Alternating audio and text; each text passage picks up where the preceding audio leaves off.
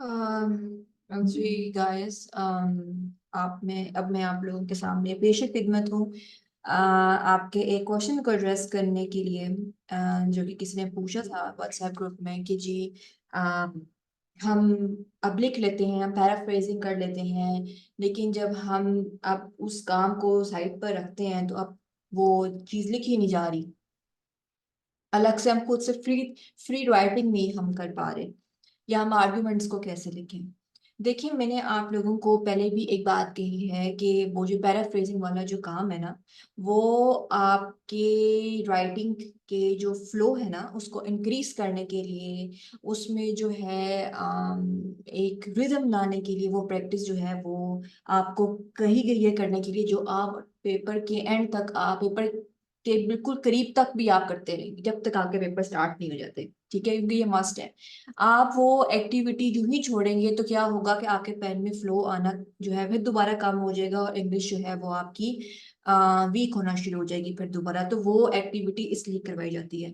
जहाँ तक रही बात उन चीज़ों को जो है अपने थॉट्स में, जो आपके थॉट्स हैं उनको एक राइटअप की फॉर्म में कन्वर्ट करने की, जहां तक बात है, उसके लिए मैं आपको चीजें आप लोगों को बताना चाहूंगी। वो ये है कि आप एक बात याद रखें कि सीएसएस में ठीक है, फ्री राइटिंग भी होती है, लेकिन आपने अपने आप को सिलेबस और पास पेपर्स के तहत ही घुमाना होता है अपनी तैयारी को।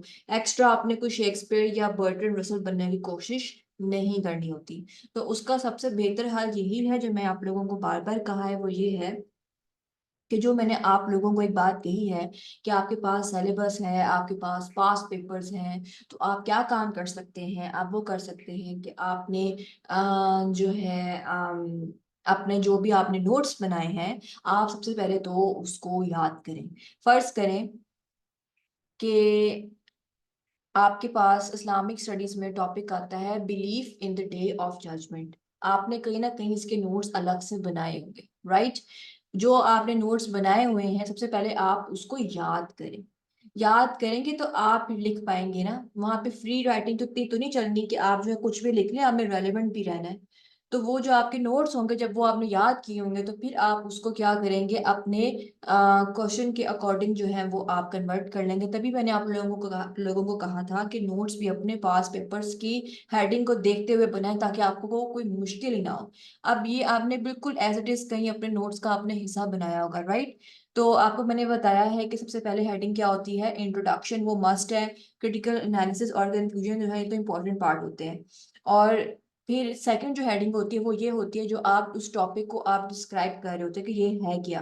अब उससे खुद ही पूछ लिया what is belief in the day of judgement, अगर ना पूछता तो फिर भी हमने इसको थोड़ा सा डिस्क्राइब जरूर करना था सेकंड हेडिंग में। ठीक है, सेकंड हेडिंग होती यही है कि आप जो है टॉपिक को एड्रेस कर रहे हैं, कर लिया। उसके बाद जो है आपको क्वेश्चन खुद बता रहा होता है कि इफेक्ट्स बताएं ऑन इंडिविजुअल लाइव्स, और फिर इफेक्ट्स बताएं on collective lives of human beings. इस तरीके से हमने हेडिंग्स बना ली। फिर हमने इसके अंदर क्या करना है, इसके अंदर जो सब हेडिंग्स हैं वो आपकी वही हेडिंग्स होंगी जो आपने याद की होंगी। कोई यहाँ पे फ्री थिंकिंग नहीं चाहिए। आपने कोई चीजें याद की होंगी जो आपने लिखनी है, जो आपके अच्छे नोट्स हैं, सही है। वो आप जो है यहाँ पे कोई 5 आप इफेक्ट्स लिख दें, प्रॉपर रेफरेंसिंग पैराग्राफ सब कुछ, जैसे मैंने आप लोगों को बताया हुआ है। यहाँ पर भी आप ऐसे ही करेंगे, कोई 5 इफेक्ट्स लिख दें आप, ठीक है, ऑन कलेक्टिव लाइफ, जैसे हमने याद किया हुआ। तो इतना अच्छा जो है ये क्वेश्चन बनता है। प्रॉपर तरीके से जो है इसको कंक्लूड करें कि एंड पे जो है कुछ लिख दें, किसी की वर्डिंग लिख दें, कोई आयत लिख दें, कोई हदीस लिख दें। इस तरीके से आपके क्वेश्चन एंड होंगे। अच्छा, अब ये मैंने आपको एक स्ट्रक्चर दिया कि इस तरीके से जो है आप सीसस के पेपर क्वेश्चंस को अटेम्प्ट कर रहे होते हैं। बहुत फ्री थिंकिंग नहीं करनी कि आपसे अगर पूछे ही नहीं हुआ, फर्ज करें आप फर्ज करें आप यहाँ पे हज के बारे में लिखना शुरू कर दें, हज के बारे में बात नहीं हो रही, बात डे ऑफ जजमेंट की हो रही है। तो फ्री थिंकिंग में जो है ना ये चीज आ जाती है। तो सीएसएस जो है, वो जो पैराफ्रेजिंग वाला काम है, वो भी जो है वो एक तरह से आपको सीएसएस की तैयारी के लिए ही कहा जाता है। उस चीज को इससे आप मिक्स ना करें, ठीक है। वो एक अलग से आपकी प्रैक्टिस हो रही है। अच्छा, हाँ, जब हम पाकिस्तान अफेयर्स और करंट अफेयर्स की तरफ आएंगे तो फिर मैं आप लोगों को बताऊंगी, वो भी वही वही चीज़ है गाइस कि वो भी आप नोट्स ऐसे ही बना रहे होंगे, रिसर्च आर्टिकल्स आप खोलेंगे, उसमें से आपने इंपॉर्टेंट चीज़ें अपने नोट्स में बनाई होंगी, उन्हीं नोट्स में से चीज़ें जो हैं वो आप याद कर रहे होंगे और वही आप जो पेपर में लिख रहे होंगे। वहां पर भी कहीं ऐसे फ्री थिंकिंग नहीं आ रही होगी, क्योंकि वहां पे एग्जाम में आपके पास सोचने का टाइम नहीं होता। अच्छा, अब आप लोग कह रहे होंगे कि भाई पेपर में हम कैसे करें, फिर भी हमने चाहे नोट्स भी हमने याद किए हों। सिंपल सी बात है गाइस, ब्रेनस्टॉर्मिंग करें। मैंने आप लोगों को पहले भी बताया हुआ है, मैं बार बार बताती हूँ कि कैसे पेपर रन करना है। वो ऐसे करना है कि जब आपके पास जो है क्वेश्चन पेपर आ जाता है, आपको शीट प्रोवाइडेड होती है, तो आपने क्या करना है कि आंसर शीट के जो बिल्कुल जो एंड वाला जो पेज होता है ना, वहां पे आपने क्या लिखना है, रफ पेपर। और उधर जो है आप अपने क्या करेंगे, उस टॉपिक से रेलेवेंट ना, जैसे कि जो जो भी आपको 5 अच्छे अच्छे फैक्ट्स माइंड में आ रहे हैं, अब यहाँ पर फ्री थिंकिंग काम कर रही है कि जल्दी जल्दी आपने जो है वो लिखना है। अब वो आपने याद करेंगे तो वो पॉइंट्स आपके माइंड में आएंगे ना, जल्दी जल्दी से आप यहाँ पर 5 पॉइंट्स वो लिख देंगे अपने उस रफ पेपर पे। फिर दोबारा आप देखेंगे कि भी फैक्ट्स ऑफ बिलीव चाहिए in the day of judgement on collective lives of human being, ठीक है, तो वो आप लिख देंगे जल्दी जल्दी से मेन पॉइंट पर, ठीक है। और फिर जो है जो आपने लिखी होंगे वो पॉइंट्स, उनको जो है आप इस तरीके से जो है एक शक्ल बनाकर आप जो है वो फिट कर रहे होंगे, ठीक है। ये तो आप लोगों को पहले ही पता है, मेजर हेडिंग्स तो आपको पहले ही पता होती हैं, ठीक है। या बिल्कुल एज इट इज जो है आप पहले इस तरह लिख लें, एक आउटलाइन बना लें अपने रफ पेज पे, और उसके अंदर जो है वो ऐसे ऐसे पॉइंट्स डाल दें जस्ट, और उनको फिर एक्सप्लेन कर दें आंसर में। या आपको लगता है कि आपको जो है ये चीजें भूल जाएंगी उधर जल्दी जल्दी जब मैं लिख रहा हूँगा या लिख रही होंगी, तो आप इसके साथ साथ हर पॉइंट के साथ जो है, से कोई भी पॉइंट आप यहाँ पे लिखते हैं, उसके साथ आपको लगता है कि कोई पॉइंट कोई ऐसी चीज है जो मैं अभी यहाँ लिख लूँ और मुझे 5 मिनट बाद वो भूल जाएगी, तो इस पॉइंट के साथ जो है आप जो है फर्ज करें ह्यूमिलिटी आपने लिखा, मिसाल दे रही हूँ, और कोई आपको रेफरेंस भी याद आया, तो आप साथ इधर ऐसे रेफरेंस दे देंगे। फर्ज करें कि आपका रफ पेज है, आप ये रफ पेज पे जो है अपनी ब्रेन स्टॉर्मिंग करें। ऐसे गाइस आप लोग जो हैं वो अपने ख्यालात को पेन डाउन करते हैं। आपने यहाँ पे वो रेफरेंस दे दिया, ये फर्ज करें ये आपका रफ रफ चल रहा है, सारा सारा काम रफ चल रहा है। तो ये जब आपने रफ पेज पे अपनी इस तरह की हेडिंग्स बना ली और साथ ही रेफरेंस दे दिया, एक्सप्लेन आप जो कर रहे होंगे, जो आप पैराग्राफ को एक्सप्लेन कर रहे होंगे, आप खुद देखेंगे कि पैराफ्रेजिंग वाला जो काम जो आप हर रोज करते हैं वो आपको ये पैराग्राफ लिखने में खुद ब खुद हेल्प कर रहा होगा, क्योंकि आपने चीजें पढ़ी होंगी, तो वो खुद से लिखना आपके लिए इतना प्रॉब्लमेटिक नहीं होगा, ठीक है।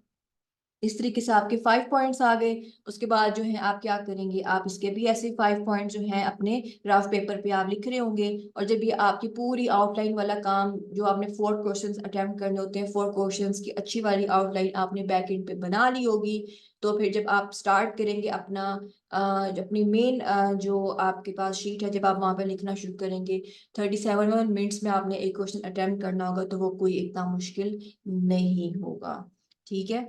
तो मैंने आप लोगों को बार बार बताया है कि अपने जो है बार बार पहले अपने नोट्स बनाएं, जो अभी जो आप काम कर रहे हैं, नोट्स जो आपने बनाए हैं पास पेपर के स्टेटमेंट्स को देखते हुए बनाएं कि ये इंट्रोडक्शन है, इंट्रोडक्शन में मैं ये चीजें लिखूंगी, उनको बार बार याद करें।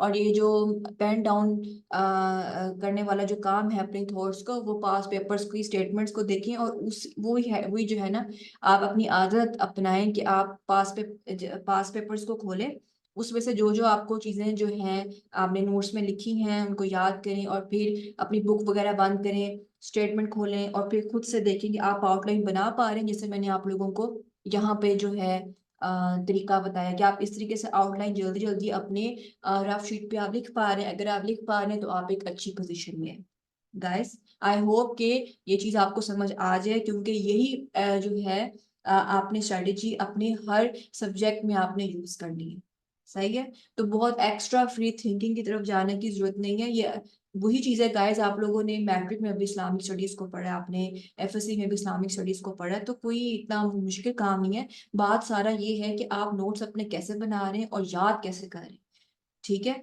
वो जो है वो सारा डिपेंड करता है। बाकी कि आप किस तरीके से अपनी आउटलाइन को स्ट्रक्चर कर रहे हैं, वो भी मैं आप लोगों को बार बार एक्सप्लेन करती रहती हूँ कि ये तरीका है। तो इस तरह से अगर आप कर लेंगे, अपनी प्रैक्टिस आप करते रहेंगे, तो खुद ब खुद वो जो आप कह रहे हैं ना कि हम थॉट्स जो हैं वो पेन डाउन नहीं हो रही, तो वो खुद ब खुद जो है स्ट्रीमलाइन होती जाएगी। स्टेटमेंट, क्वेश्चन की स्टेटमेंट बहुत इंपॉर्टेंट है, वही चीज लिखें जो पूछी गई है। सही है। आई होप कि मैंने आपके जो मसले मसाइल हैं वो मैंने क्लियर कर दिए होंगे। अगेन आई एम रिपीटिंग, आपको अगर पैराफ्रेजिंग करनी आ गई है, अपने थॉट्स पेन डाउन नहीं करने आ रहे, तो जो मेरे स्केड्यूल को फॉलो कर रहे हैं वो उन सब्जेक्ट्स के पास पेपर्स को खोलें और उनकी स्टेटमेंट्स के इस तरह से ऐसे आउटलाइंस बनाएं। ठीक है। तो आप खुद देखेंगे कि आपके जो थॉट्स हैं वो पेन डाउन खुद ब खुद होंगी। That's all for today, thank you so much.